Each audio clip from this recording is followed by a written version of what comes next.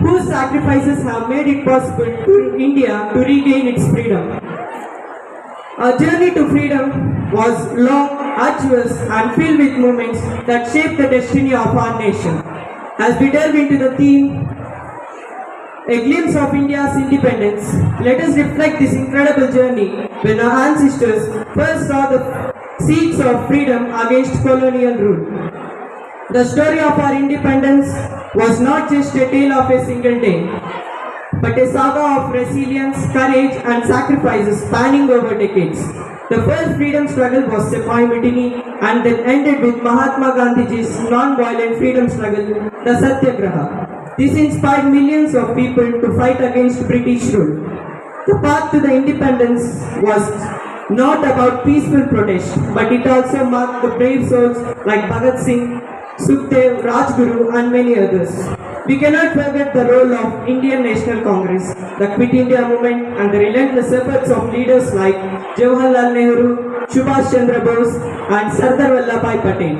Finally, on the historic midnight of August 15, 1947, India got liberated from British oppression. The freedom that we enjoy today is a legacy that we must protect, cherish, and pass on to future generations. Now, my friend Umaira will explain you about the development of India after independence.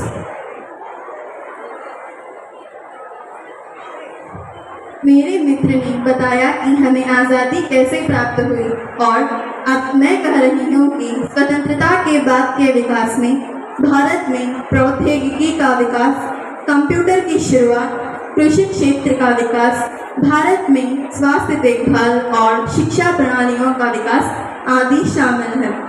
आज़ादी के तुरंत बाद बहुत सी चीज़ें हुई, जैसे कि रियासतों का एकीकरण, भारतीय संविधान का निर्माण और भी बहुत सी चीज़ें। भारतीय रेलवे, जैसा कि जाना जाता है, 60,000 से भी अधिक स्टेशनों पर संचालित होती है। 1966 और 1980 के बीच देश के प्रति व्यक्ति में औसतन 1% से भी कम की वृद्धि हुई, जो देश की विशाल गरीबी को कम करने के लिए बहुत ही कम थी। स्वतंत्रता के 33 साल बाद भी भारत के नेतृत्व ने जीवन स्तर को ऊपर उठाने के अपने वादे को किसी भी महत्वपूर्ण हद तक पूरा नहीं कर पाया। भारत ने शिक्षा के क्षेत्र में बहुत हद तक तरक्की कर ली।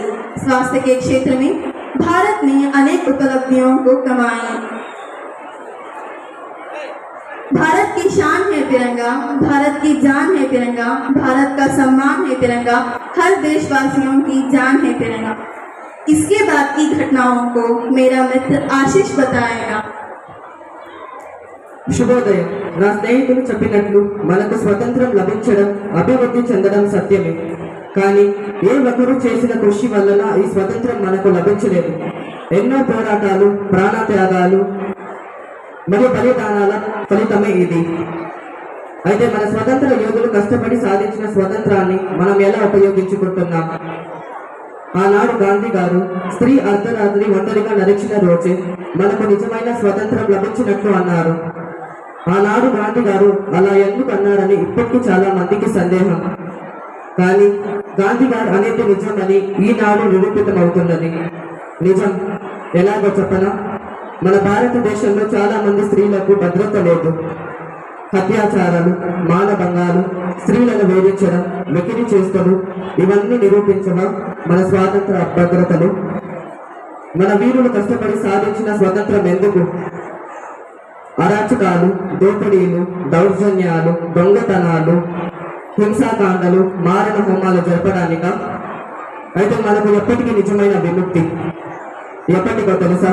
మన స్వతంత్ర యోధుల కష్టాన్ని, త్యాగాన్ని ఎప్పటికీ మరవకుండా, వారి కష్టాన్ని, త్యాగాన్ని వృధా కానివ్వకుండా ప్రతి ఒక్కరూ దేశ ఉన్నతి కోసం తమ వంతు కృషి చేసినప్పుడు, ప్రతి ఒక్కరూ సమాజ బాధ్యతలను గుర్తించుకొని మసలుకున్న రోజు, ప్రతి ఒక్కరూ తమను తాము సంస్కరించుకున్న రోజు.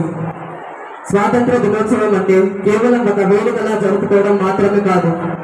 దేశ పట్ల గౌరవం చూపడం, దేశభక్తి కలిగి ఉండడం, మరియు అందరినీ సమానంగా చూడడం.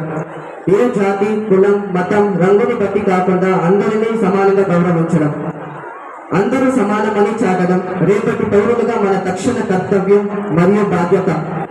వీటిని మనం ఎప్పటికీ విస్మరించుకోరాదు. నింగి గగసిన స్వరాజ నినాదం, భరత మాత చేతిలో త్రివర్ణ పతాకం, సకల భరతావనికి ఆనంద సంబరం.